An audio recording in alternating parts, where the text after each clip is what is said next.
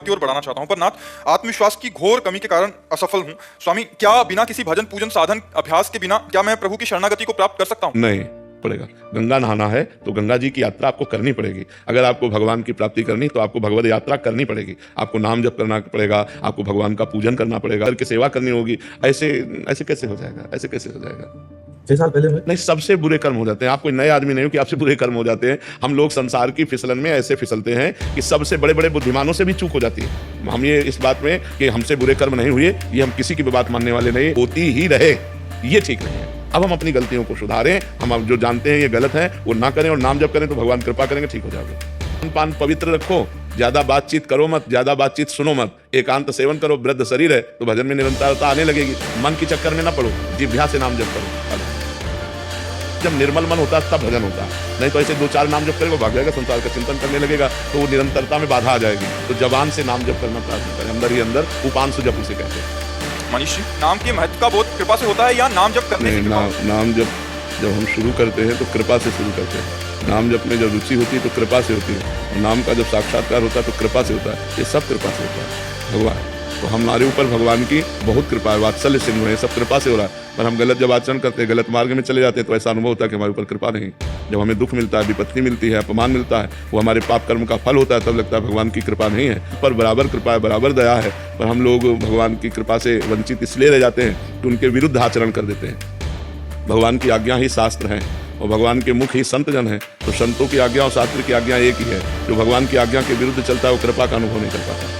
कृपा तो सब पर भगवान की है। बिना कृष्ण कृपा के कोई कृष्ण नहीं बोल सकता, बिना राधा। कि हर जीव के कर्म की गतिविधियां भी प्रभु ने पहले ही निर्धारित कर दी हैं, जैसे किसके जीवन में भक्ति भाव, दान धर्म, पुण्य कर्म, वैभव। नहीं, एक गलत सोच है। 2 चीजें निर्धारित है, एक पाप कर्म का फल दुख और एक पुण्य कर्म का फल सुख लौकिक।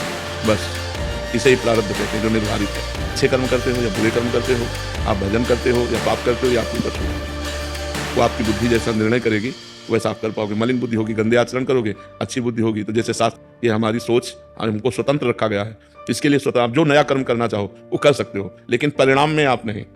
परिणाम में प्रारब्ध काम करेगा। जैसे आप बहुत प्रवीणतापूर्वक व्यापार कर रहे हो लेकिन घाटा लग गया, प्रारब्ध है आपका। तो सुख दुख रूपी परिणाम ये जो हमें अपने कर्मों के भोगने हैं ये पहले से निश्चित है। लेकिन नवीन कर्म अच्छा या बुरा ये हमारी सोच है। हम जैसा सोचेंगे वैसा कर्म करेंगे, वैसे ही हमें उसका भोगना पड़ेगा। वो आदमी चाहे तो सत्संग करके भजन कर सकता है, ऐसा कोई भगवान का विधान नहीं है कि आदमी जीवन भर पाप करे, जीवन भर पुण्य करे, ऐसा नहीं। सोचना है कि क्या गलत कार्यों के कारण आत्मा मलिन हो जाती है? अंतःकरण, आत्मा तो कभी मलिन नहीं होती, वो तो एक रस है, वो निर्मल है, वो एक रस है जो आत्मा है। मन मलिन हो जाता है, मलिन दिखाई देने लगता है, भगवान का चिंतन नहीं होगा, कथा वार्ता में रुचि नहीं रह जाएगी जब मलिन अंतःकरण होगा। तो हमें चाहिए कि हम पाप कर्मों से बचें, क्योंकि किसी चीज़ को साफ करने में ज़्यादा टाइम लगता है, गंदा करने में नहीं लगता। जैसे आपको करने में जब लगो तो वर्षों लग जाते हैं, साधना तपस्या भजन के द्वारा एक एक बात को सुधारने में वर्षों लग जाते हैं। इसलिए नाम जप करो, भगवान का आश्रय लो, भगवत मार्ग के अनुसार चलो, कोई गंदे आचरण न बन पावे। जब मन गंदा आचरण करवाता है तो अंतःकरण मलिन हो जाता है, उसे आत्मा अलग है, वो कभी मलिन नहीं होती, वो सदैव निर्मल है। अगर विपरीत हो जाए तो सफलता ना मिलने पर इसे भगवान की विशेष योजना माने या अपने भीतर पुरुषार्थ की कमी माने?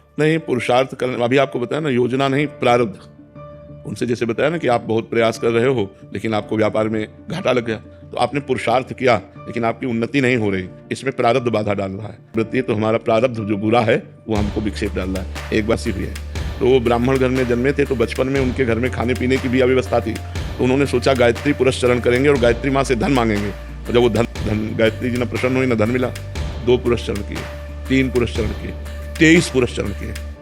तब तक जवान हो चुके थे, माता पिता पधार गए थे, तो उन्होंने संसार का त्याग कर दिया और सन्यासी, ये ही सन्यासी हुए देवी गायत्री माँ प्रकट हो गए। और उनका अब आप इंद्रासन मांगो तो भी दे देंगे। बोले आप क्या जरूरत? नहीं तो बोले 24 महापाप थे आपके, 24 महापाप थे आपके, तो 23 पुरस्चरण से वो नष्ट हो गए और 24वां संन्यास लेने से नष्ट हो गया। अब जो तुम चाहो प्राप्त। बोले बस अब सन्यासी बन चुके, अब धन तो नहीं, अब हमें आत्मज्ञान चाहिए। तो बड़े आत्मज्ञानी मां कर सके, क्योंकि 24 महापाप थे।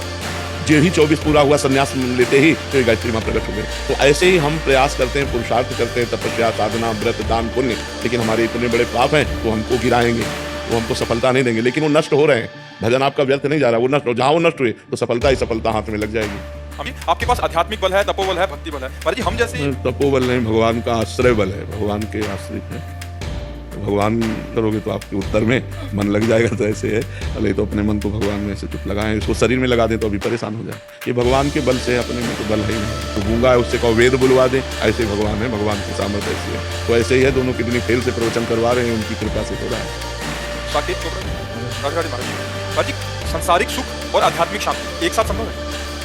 और गाल पिलाना ये एक साथ जैसे नहीं हो सकते, ऐसे ही विषयों का स्वाद और भगवान का स्वाद आध्यात्मिक एक साथ नहीं हो सकते। जो धीरे धीरे निर्विषय की तरफ बढ़ता जाए तो अंदर का जब आनंद मिलेगा तो बाहर के भोगों की तरफ मन जाएगा ही नहीं। इसीलिए खूब भजन करना चाहिए, नाम जप करो, तो नाम जप से शांति प्राप्त होती है। जीव का अंतिम समय था और इनके पास मौका था और आपसे सुना था कि अंतिम समय में ईश्वर का नाम उसके कानों में, बट बहुत सारे जने और ऑफिस का स्टाफ था तो ये बोल नहीं पाए। फिर उसका शरीर पूरा हो गया तो आज तक इनको पछतावा हो रहा है कि मैं क्यों नहीं बोला, मैंने उनको नाम क्यों नहीं सुनाया, और इसी पश्चाताप। बहुत बढ़िया अवसर था जीव के कल्याण का, किसका प्रश्न है? बहुत बढ़िया अवसर था जीव के कल्याण का। धीरे से उसके कान के पास जाके राधा राधा बोल दिया, वो सुन लिया, उसका कल्याण हो जाता। पर वो उसका कल्याण नहीं होना था, इसीलिए तुम्हें माया ने रोक दिया। बहुत लोग हैं, कैसे राधा राधा कहे इसके कान में, तो माया ने रोक दिया। तो इसीलिए पश्चाताप तो मत करो कि उसको नहीं सुनना था, इसीलिए भगवान ने सुनाने नहीं दिया। नहीं तो कल्याण तो पक्का, कोई जीव मरने जा रहा हो और उसके कान में राधा राधा कृष्ण कृष्ण सुना दो, पक्का उसका कल्याण हो जाएगा, पक्का कल्याण।